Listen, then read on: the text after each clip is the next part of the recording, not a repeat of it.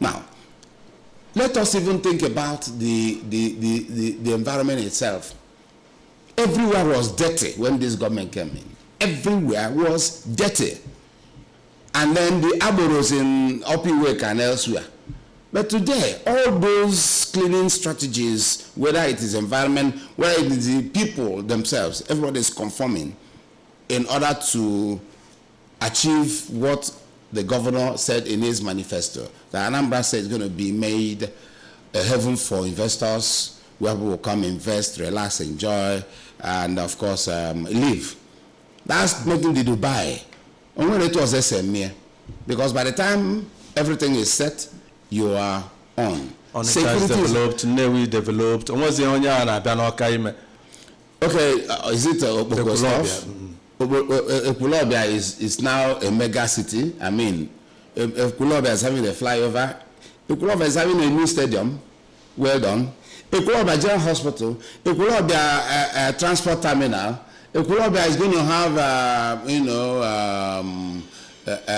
all of those beautification of the town and all of that. But the other day, both sides of the flyover are being cleaned up, and those who are trading there have been asked to just find a way because there's a market being built for them. So there are so many things intentionally being delivered. So this is the best time in Anambra State, the best governor who has not borrowed a dime. Not borrowed a dime. If you check other states, I don't want to mention states here, even in our southeast, I don't want to, so that we are not comparing anybody with anybody. But the fact is that Anambra State has not borrowed a dime, and all of these things are happening. All right, the program is Issues, an ABS radio and television program. Today we are exploring the milestone of Governor Soludo administration in the last 3 years, culture and tourism perspective. We have in the studio Comrade Don Onyenji, Mr. Commissioner for Culture, Entertainment and Tourism. Remember, we are live on Facebook. Join us, ask question, drop your comment, or you like, or even share.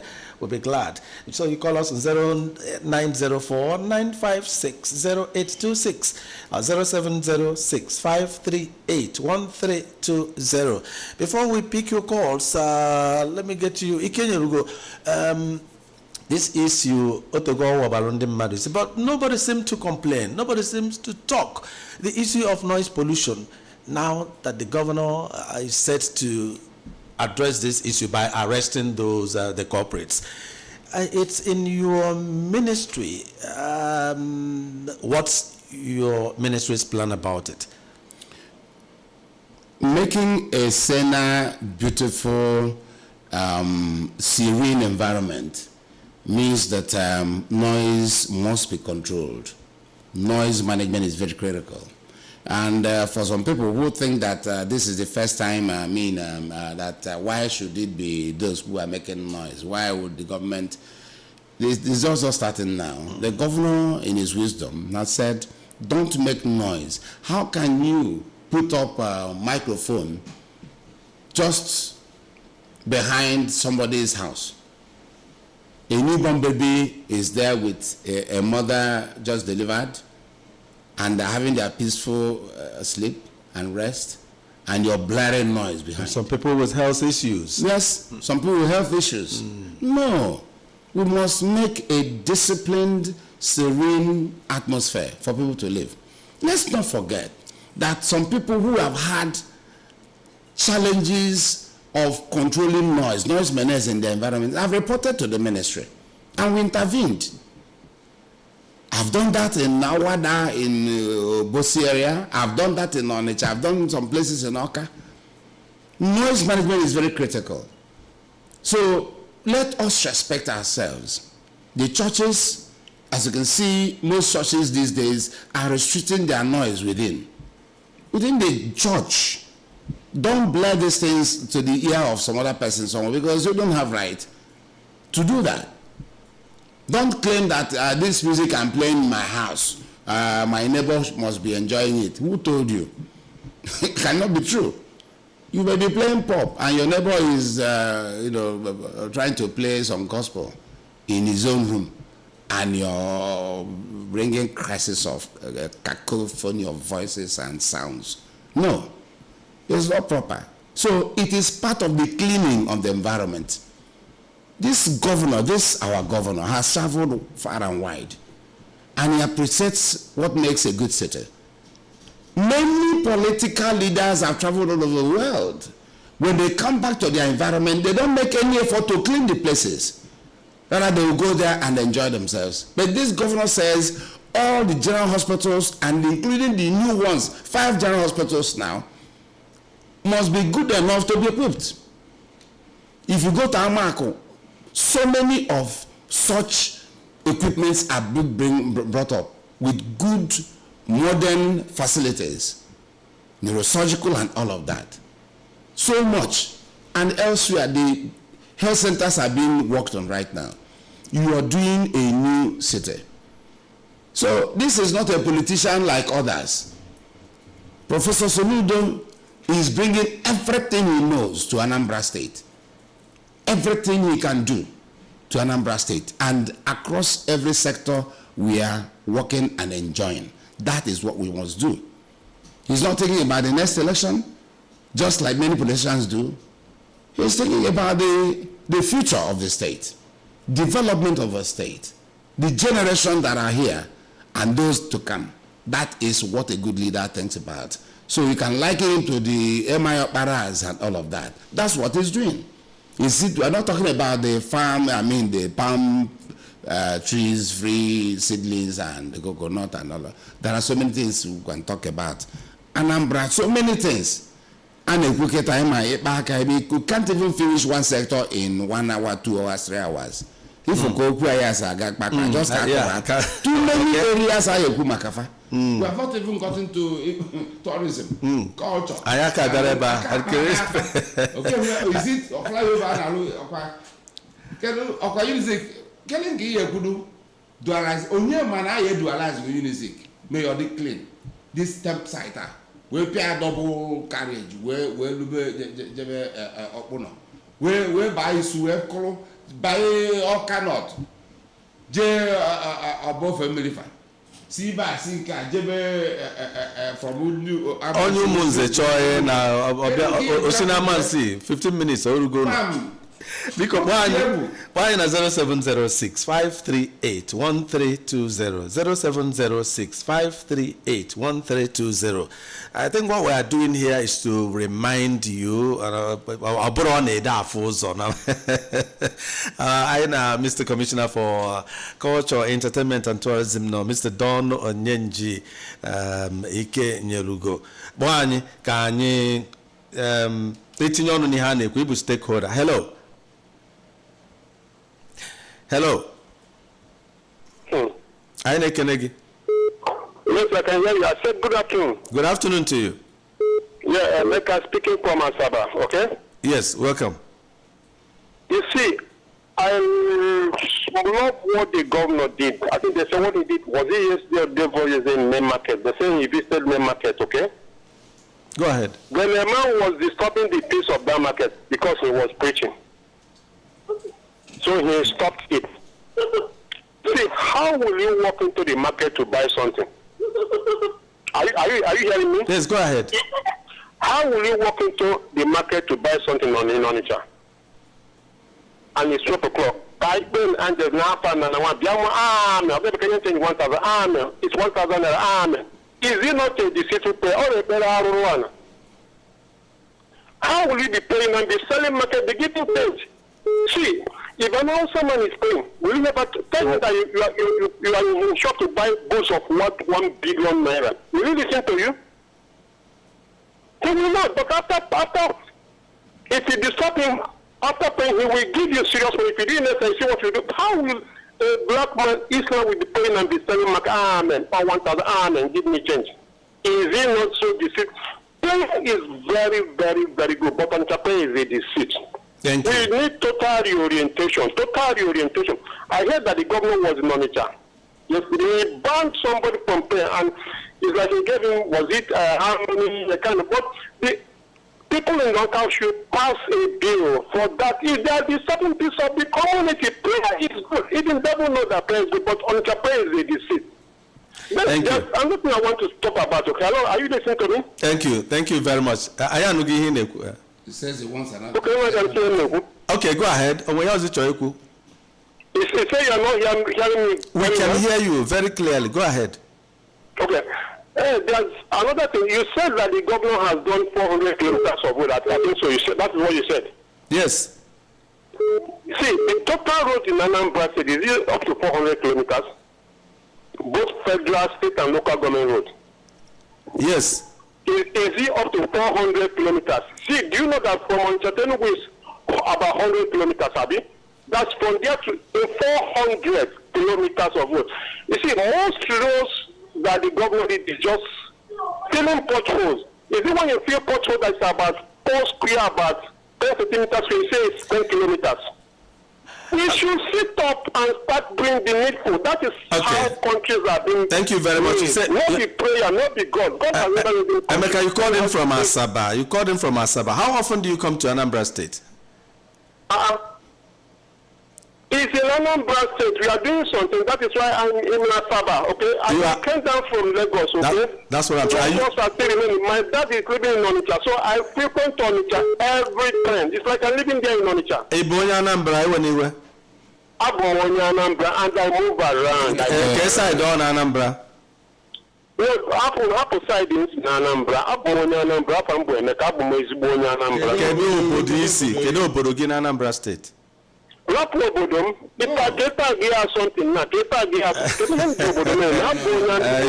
like a ghost. You're talking like a ghost. Okay. Thank you. First of all, I think Emeka doesn't know Anambra State. And he's making reference from Enugu to Onitsha. Emeka, if you are in Anambra State and you know Anambra State, and you know the road network in Anambra State, you will understand what we're talking about. Everything we do here is data proven. The intra-city, okay, I don't think it's worth even replying this because the reason is, one, you don't know Anambra State, and you're there saying Anambra does not have up to 400 kilometers of roads. How can you say that? We don't have up to 700 with 5 states. Do you know where Obo family is? If you have to travel down to Owo Family and then cross from Amansi, Wejebe, Urumba, we cross very close to. Do you know how you take from Umunze across the side, Wejebe Newi, we cross all behind the Newi to Owerri Road? Are you taking through Newi to Ozobolo or taking from Newi across to Oba? We cross Owejo. What are you talking about? People should not say what they don't know. The Anambra State remains one state with the most road networks ever. Come and check. You don't just know somewhere. Talk is cheap. This government works with data. If you go to the Ministry of Works, you will see the graph of all the roads in Anambra State. And we're opening up more. So Bosi go to Israel. How many kilometers is wired in Bosi? How many kilometers do you know you have in Onitsha environs? We say Akaka, we say see the other side. We Potam, we Nsube, we go to Ocha. From there to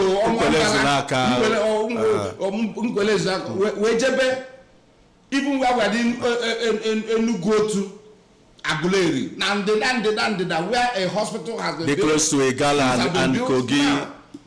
One of the longest roads from Otuacha to that end of Ayamelum.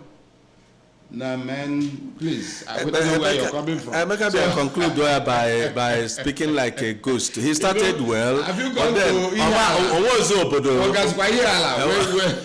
I'm sure Nobro Anambra State. Because Anambra State, okay, proud to mention his community. Then he's talking about, I don't know, I didn't get what he was talking about. The personal, Nana Benjelus. Better the Nobi. On us na no yan bebe na say 1000 amen 1000 all the personal yeah.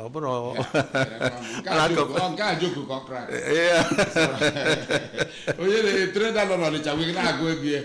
In there say I get him say odom 15,000, 16,000, 17, 18, 19. Came can do around over 19, 2021. You gotta go. So if you had the go, when did you tell? Hello. Hello. Good afternoon to you. Good afternoon. Aine Kenegi. Heartbeat of the East. Champion. Na mega bian ti you no gbagara ebe ahụ. Mba, onwe ya go tinye maka ọgbara anyị onwere obodo. Mmadụ bịa na Anambra dị na onwe ihe a na-arụ. Mmadụ ọwụ onye Anambra. Osi ụmụnze wee jebe nzam in na-akọ ihe enwe isi. Kedu ihe ị na-ezoro afọ obodo? Onwere obodo. Onwere obodo ọ na-abụ onye saịdị ebe a na-akọrọ bụ iji. Ebe a na Anambra na-achọ onwe ya, cha na ọ bụ onye Anambra. Ma onye apụta bịa azụ gọvanọ ka o wee ito. Ibe onye eburu ọbịa na-eme ụnụ na na-ekwucha ekwurekwu. Anambra ka ọ bata esi enwe ya arụ. Gbana ya nkịtị. Ọkọcha ọ na-abịa so fast nwe ya bụ obodo. Ọ bụ otu ka ọwụ. Ekene m ụnụ. Daalụ. Onye a dị ka onu mayor. Okay, Onedi. Hello. Hello, good afternoon. Good afternoon. Don, Brother Commissioner, my colleague at Enugu Rangers in President and Barrister Government Chief, as a gentleman, most Reverend Dr. K.C. Nwogbunam, we chair all Zoma Agunachido, including Anambra. Let me tell you one thing. The greatest thing our governor did, we are making a journalist to be a commissioner. Praise the you know the second thing, governor is Joshua of the Bible. He is governor of Joshua. He killed all bad kings, but 6 of them, and made the Israelites to live peacefully. He told them that if you don't worship Yahweh, that he and his family will worship him. That's what our governor did. Forget about the very distant. We are talking about this. There's no point of view. Nobody, a peaceful man, cannot shelter his identity. I pray our governor to be faithful. One governor was contesting elections and then the PDP. At Abad, he came, our campaign manager there was a reference over of Abad. He said it, that the priority to be a governor is to make Anambra the better country, to be the best country. People are laughing at the look at this now, happy now. PDP is up against sure of the coming election, but we are not doing it. I'm an African man. I'm very gentleman. Thank you very much. Please pray our governor, Jesus. Amen. Amen. Thank you. Hello. Good afternoon. Good afternoon to you. Congress, Dom Onyenji. Akebuchi ọnwa music man. Ekene m gị. David Moore na Nanka. Udo dịrị unu niile ọ. Dịkwara gị.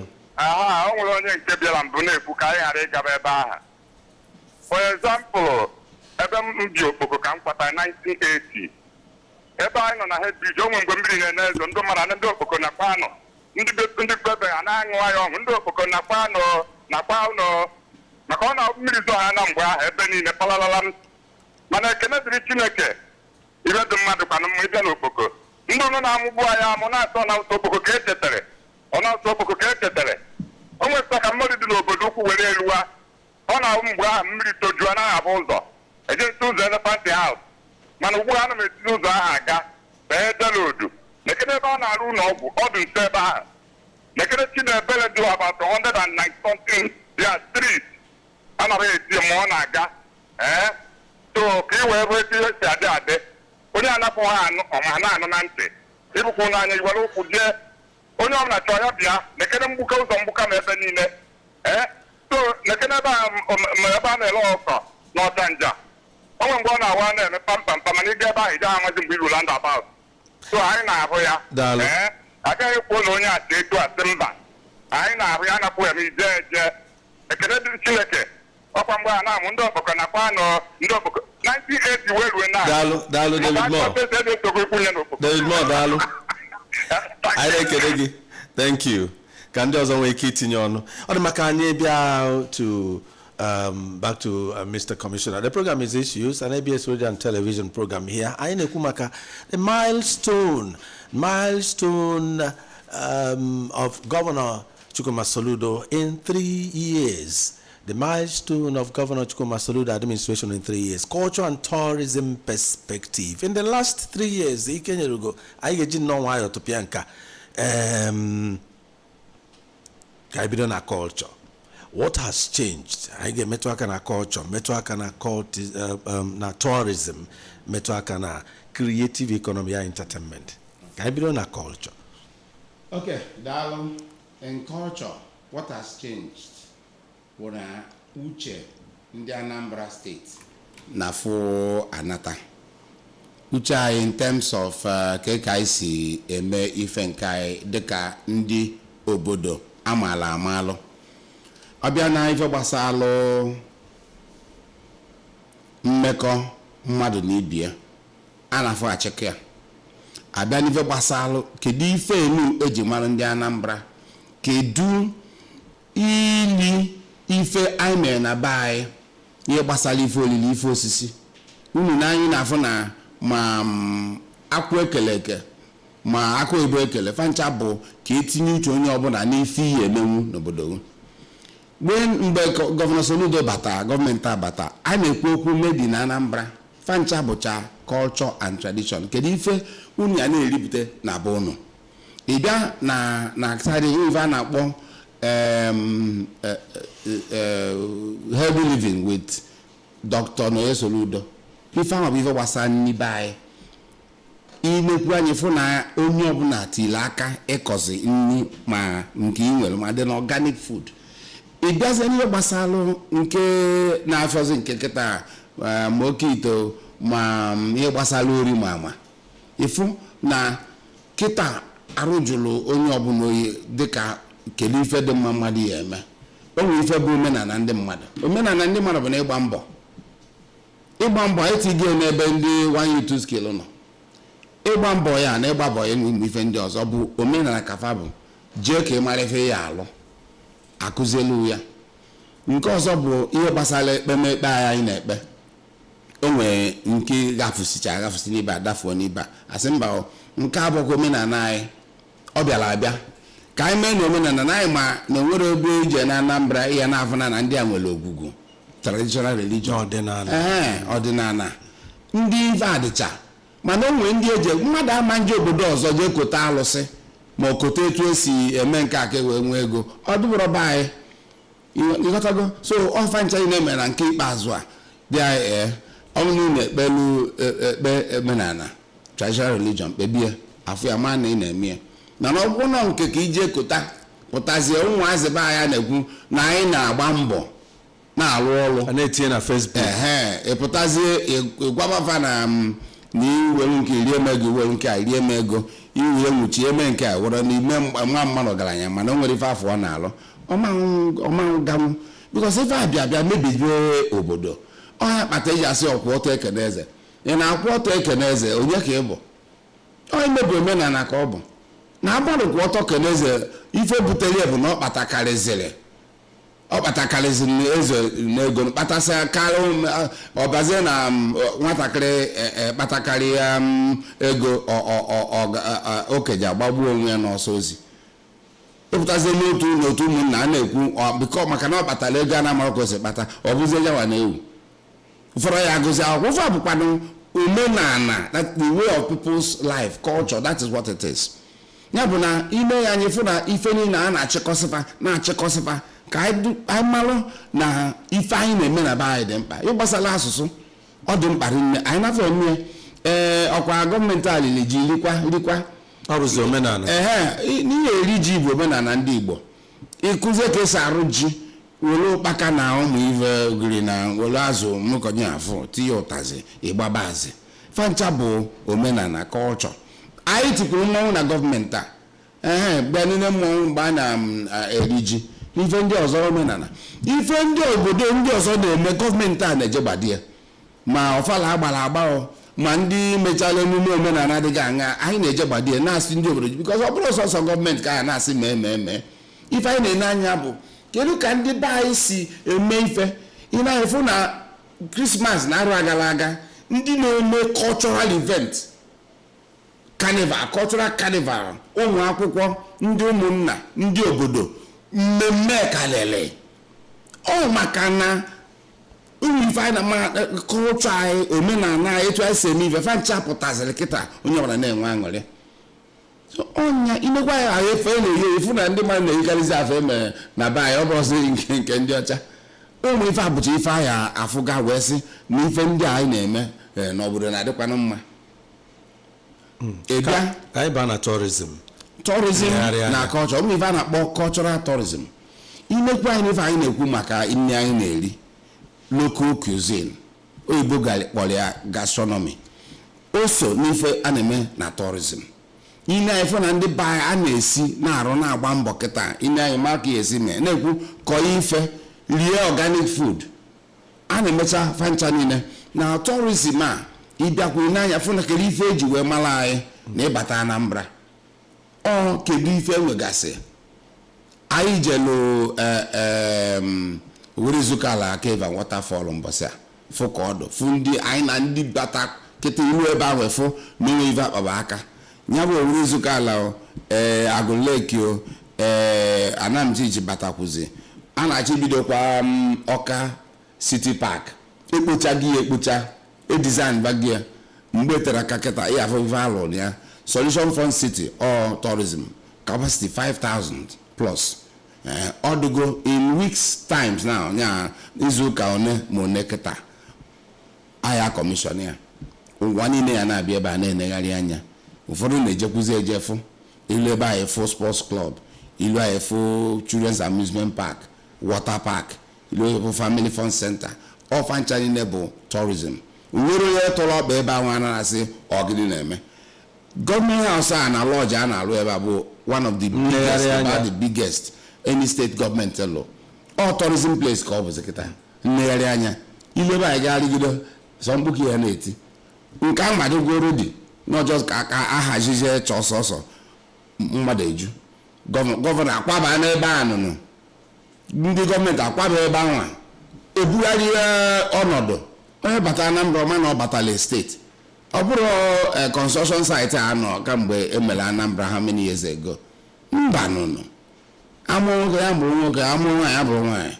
Ya bụ na tourism inekwu anya kịta agwago ndị local government ọfisi m na ndị gọọmenti na-akpa ka anyị mee ife a na-akpọ local tourism, community tourism. Nke ọ bụla unu nwere na abụ nke fesend ga akwa a na-afọ eme ya ọ ife ndị akọ abịa imecha ọdụ. Anyị na-ekwu okwu creative economy. Creative economy ya nwa kịta ma akwa eyile iyo ma egwu agbara agba ma nne esiri esi ma ife niile agbatacha na ya ekpo ya etu afụ ọdụ ka ọ ya ada. Gọọmenti eme ife gbasara revival of our core values, ịchịkọta omenala anyị nke anwa anyị pịabaga ife dị n'ime ya nọkwa n'ime ma ụmụ akwụkwọ dị n'ime mbọsị anwe nke anyị na ndị Ministry of Education onwe ndị otu a na-akpọ Ashoka fancha niile bụ na-eme otu a na-akụzi ụmụaka anyị na-eke esi eme na-eke esi eme. Ọfancha bụ culture idozigharị uche echiche ndị be anyị ka eme ife ka o esi wee mịa. Ọ gwara igwe a na-echi echi ịpụta n'obodo amala onye chiri igwe mala onye abụrụ igwe. Ọfancha bụ preservation of culture. Ọ bụrụ onye asị na ya eme nke onye a na-apịa obere na adaga agha unu n'anya na afụ n'obodo edorugo nke lụrụ manolu nke lụrụ ọya ichelu ma ọ nọ n'akụkụ chọọ ife ọzọ udo dị. Emakwa new gọọmenti house a na-alụ mmadụ nwere ike ịnọ n'ime Lexekweme bi occasion ọ ga na ebe ọ na-enegharị anya ka esi lọgọ agbasa ceremony. The beauty of a place ije ebe malụ mma maka ebe a bụ tourism. Ekweme square iwe ebe anyị afụ ife agbanwegwo etu akwa gọvanọ si agba FC ebo eje back nya o jakwa Solution Fund City kele nke fọ si eje Ekweme jee gọọmenti house and lodge ya etu a n'izu ụka anyị na-aba kịta ọ ya na-eje project sites nke ejeba kele nke fọ ọnụ ịpụtakwa ifu na ife oje dịka asị na ada ekwu ife nebụrụ ọ na-abụ ịbata Anambra ọ na-eti na-asị ịlụchala ife niile anwa ya dafụ maka ya. The media has been overwhelmed by the projects and development of the government of Anambra State. If I report, I report. If I come kafa kalera. But I'm the 5 national newspapers mayor governor of the year. Oduro fecha obere ifu muazi. Okwa ndi ozo no amana akpa ndi bia kpahali safa na eti sompu. Okay. Ikenye go nwe program anyị na-eme ba bido ya ọfụ Anambra njem ọnụ 10 o'clock every Saturday. Ya na-akọwa maka ya ịkwalite asụsụ Igbo, ịkwalite njirimara ndị obodo niile. Onye na-eni bịa kọrọ anyị maka power mic, ndị ụmụnze akọrọ anyị maka ihu ma ọ bụ mkpọ nkịtị maka ịkwalite omenala egwu ndị mbe dị iche iche na ihe iji eme ọnụ n'obodo gị. Njekwa ya bụ eme anyị abịa bụ izu maka anyị na-achọ ndị nkwado. Ọ dị maka anyị were call ka anyị wee na anyị ga-abịa na ministry gị bịa kpaa nkata. Hello. Hello. No. Yeah. You get to some more couple. Ganiru. Yes. I'm not going to current governor now. I can only compare the previous government of Africa, especially on the capital of Africa, Pitobi. Government in Konya, only in Kawabu mess. And all you know, audio work. What if I'm making noise? We are not panically, like security. Which is Soludo, we are still looking at him. We are Soludo, America, we are no man, a security man. I know that I have to keep as well, or the giver the Jagade. Even for Soludo, high percent also below William Boston or to Taiwan. I would know more Cassia no appointment, more appointment. No, my time at a road network by state today. You cannot compare with that country. Flyovers everywhere. Take us with one about the people will be close down. About on our state here. Usual. Na vesi kekalia mungkenda na potando bolo na lo 10 mana Dubai Taiwan o se lo nwe bo data keji we na lo na Dubai na ihe amego na generate internal generated revenue malego na tie no lo insecurity ana fight na Dubai for technology dey fight na bere ji aka iwe na aka alo all ya bụ nsogbu enwele and the Taiwan moral value so all about somebody by also Soludo moral value all got it on Anambra State all about bandits work and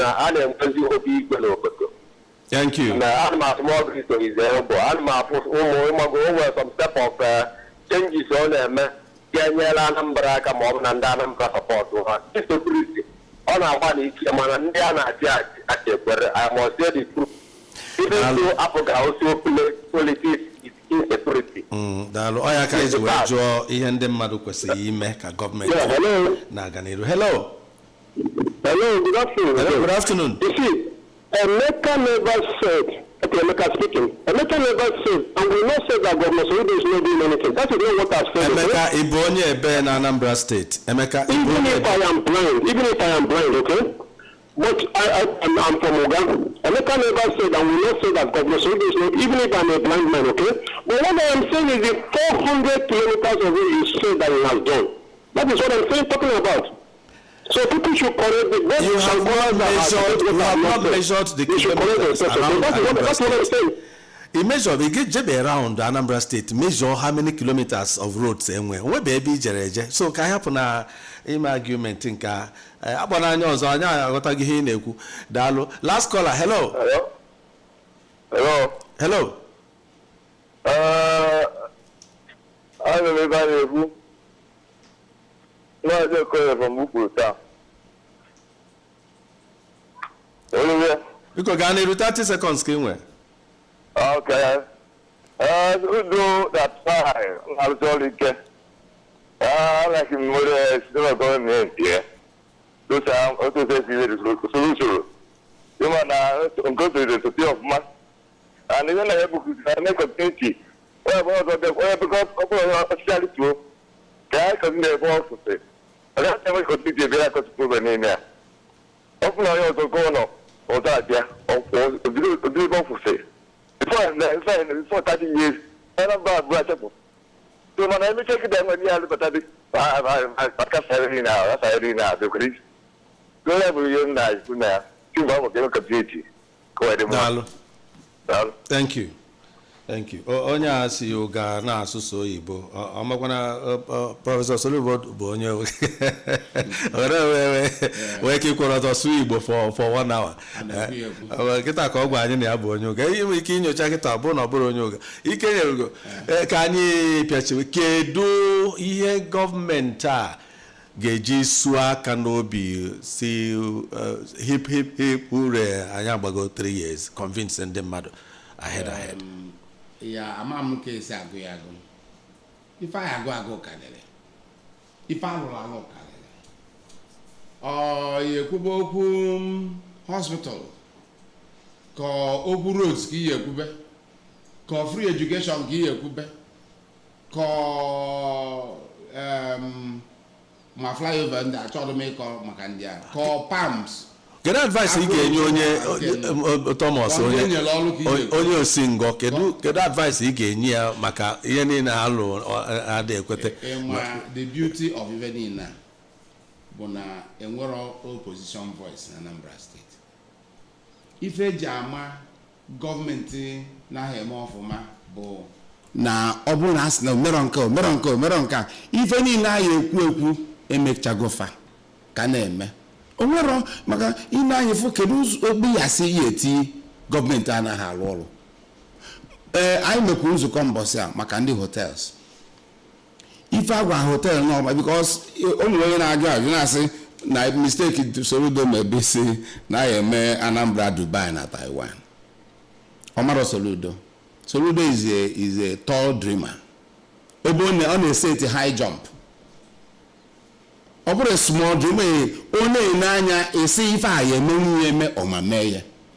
O bido na ntọ na ibifi ime nweta Dubai, Taiwan ihe enwegodo ụzọ. Onye ọzọ ka na-eme. Iya emekọdo isi ndị mmadụ ka akpakata ọnụ ka akwado na ife a na-ya eme. Onye akpata inye ya fụ na bido na gọọmenti Anambra otu igologo gọọmenti mee election. Ndị mayors amago ọlụfa. Ndị president general amagolofa obodo niile ekigo inu onye ọbụla ama nke ọ ya alụ onya bụ Dubai, Taiwan in tourism bụ one of the biggest industries ọ na-afọ eme. So kedu ụdị ọzọ technology a na-afọ eme even in the government setup now even na technology everywhere. Okay, so onwere nke ya asị anyị nwa na-eme ọ bụrụ mgbe gboo emecha executive council meeting eburu nnukwu akwụkwọ na-akpagharị kiti even in ICT. How many laptops can go? Both in the school system and in the public service. So, if hotels are rising everywhere, India State na firm. The other day, a digitization of records in the Ministry of Lands. Oh, I believe that I go anabunkonya, pia computer, nanka bunkonya. Mmadụ na-elewuzi na ofu a na-agboro na abọnịtọ maka ije na sistem efia ife abụ ọka ka ọ chapụ negodo okpoko ka onye bi okpoko na-ekwu ka ọ dị ime okpoko bụzi new heaven na ọ ndị okpoko na-ekwu ya ịgotago slum a na-esi everywhere na-eme kịta over 15 kilometers of roads n'okpoko ruo over general hospital tilifa street light gbapo fa mmiri ke ihe kwara bụ ibie ruo fa dozie fa school eje na fege ebe ibe na-eme ka ekwere nke ya akpa aka gọọmenti anọrọ na ya anyị ga-ana ihe niile a na-alụ bụ maka ọdịmma nke ndị mmadụ. Cheta na onye kpọba ya mkpọkọrọ agbata obi eji akpụ afịfịa ịgbakọ ute ịrarụ n'ala Adima anyị na-ekene gị comment don onyenji ike nyerugo o nwere ndị amara ọnọ nke nwanụ trademark ya ka ndị mmadụ ma na eni